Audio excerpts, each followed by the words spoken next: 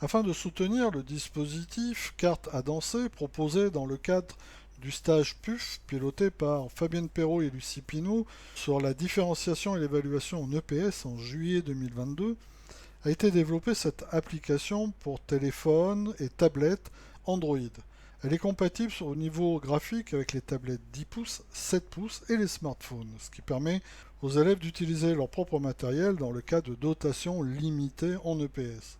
Il est intéressant de savoir que 8 tablettes permettent d'une façon générale de faire fonctionner des dispositifs numériques dans les classes. Cette application se veut avant tout intuitive et fonctionnelle. Intuitive puisqu'elle propose une seule interface à l'intérieur de laquelle on va retrouver des noms, des prénoms, des boutons avec des numéros qui correspondent aux numéros des cartes à danser.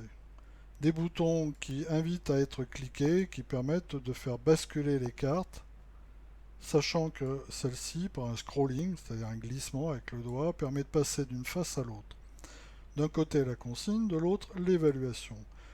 Remarquez dans l'évaluation la charte graphique empruntée à celle de Pronote, qui reprend à travers le rouge le non acquis en cours d'acquisition, satisfaisant et maîtrisé, que l'on va retrouver à l'intérieur des boutons. C'est-à-dire qu'une fois un bouton ici activé, c'est-à-dire une carte sélectionnée, bouton 3, carte numéro 3, on reste appuyé dessus, l'élève va rester appuyé dessus et la couleur va changer automatiquement. En recommençant cette opération, le cycle des couleurs, ici, va progresser vers la couleur désirée. En cas d'erreur, il s'agit simplement de recommencer. Le cycle reprend à partir de la couleur par défaut jusqu'à la couleur désirée.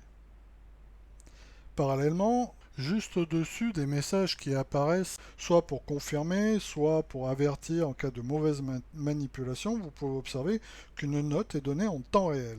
Cette note s'appuie sur un barème qui a été proposé dans le cadre de cette évaluation, mais dont vous n'êtes pas obligé de tenir compte, et qui s'appuie sur celui aussi du LSU, sauf que dans ce cas précis, j'ai monté légèrement la valeur du degré de maîtrise en cours d'acquisition à 3 sur 5, ce qui correspond à une note de 12 sur 20.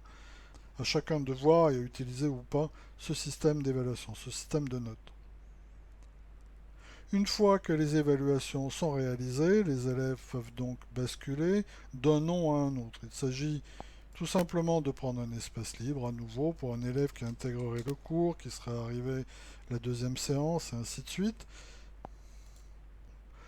Comme vous le remarquez, les évaluations, ici, les couleurs et les notes sont mémorisées. Vous pouvez éteindre la tablette, la réallumer.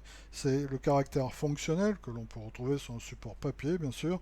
Ici, elles sont mémorisées. Et en cas d'erreur, elles peuvent être rectifiées sans créer de bavure, par exemple, comme on peut peut-être l'avoir sur un support papier. Éteignez la tablette et vous retrouverez exactement les évaluations là où vous les aurez laissées. Alors comme vous le remarquez maintenant, un message d'erreur, un nom a bien été sélectionné, mais aucune carte ne l'a été. Ça c'est une erreur qui est attendue, que je commets moi-même, qui est de vouloir changer de couleur sur une carte qui n'est pas sélectionnée. Il faut d'abord sélectionner la carte et seulement sur une carte sélectionnée, la couleur ici peut être modifiée. Une autre fonction particulièrement utile que propose cette application est d'autoriser les élèves à se filmer eux-mêmes, donc à filmer leurs prestations, de manière à pouvoir rendre compte de leur évolution, de s'appuyer dessus en termes de feedback ou de proposer à l'enseignant qui n'aura pas été témoin de la prestation, bref, d'utiliser différentes approches et stratégies qui peuvent optimiser ce dispositif lié au numérique. En sélectionnant d'abord son profil, donc son nom, l'élève clique sur le bouton Me filmer et utilise cette tablette-là en demandant à un camarade ou en la posant sur le sol de se filmer lui-même. Ici, je ne peux pas réaliser cette démonstration puisque je fais ce tutoriel à partir d'un émulateur sur ordinateur, donc je n'ai pas de caméra comme sur une tablette. Mais une fois filmé, l'élève peut donc visionner sa prestation. S'il n'y a pas de vidéo enregistrée, un message vous l'indique. Chaque élève est indépendant, chaque vidéo filmée est indépendant selon le profil. C'est-à-dire que l'élève 3 se filme, puis visionne sa vidéo.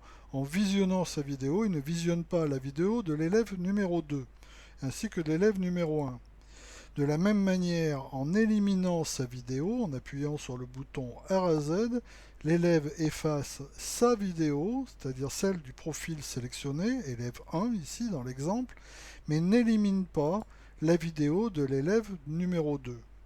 Cette fonctionnalité est intéressante et à replacer dans le cadre de ce que je viens d'énoncer sur le plan de la stratégie pédagogique, de façon à optimiser l'ensemble du dispositif.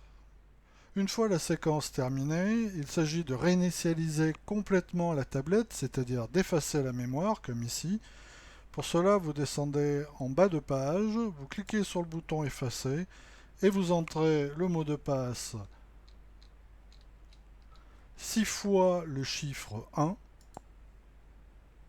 qui réinitialise complètement la tablette pour une nouvelle séquence.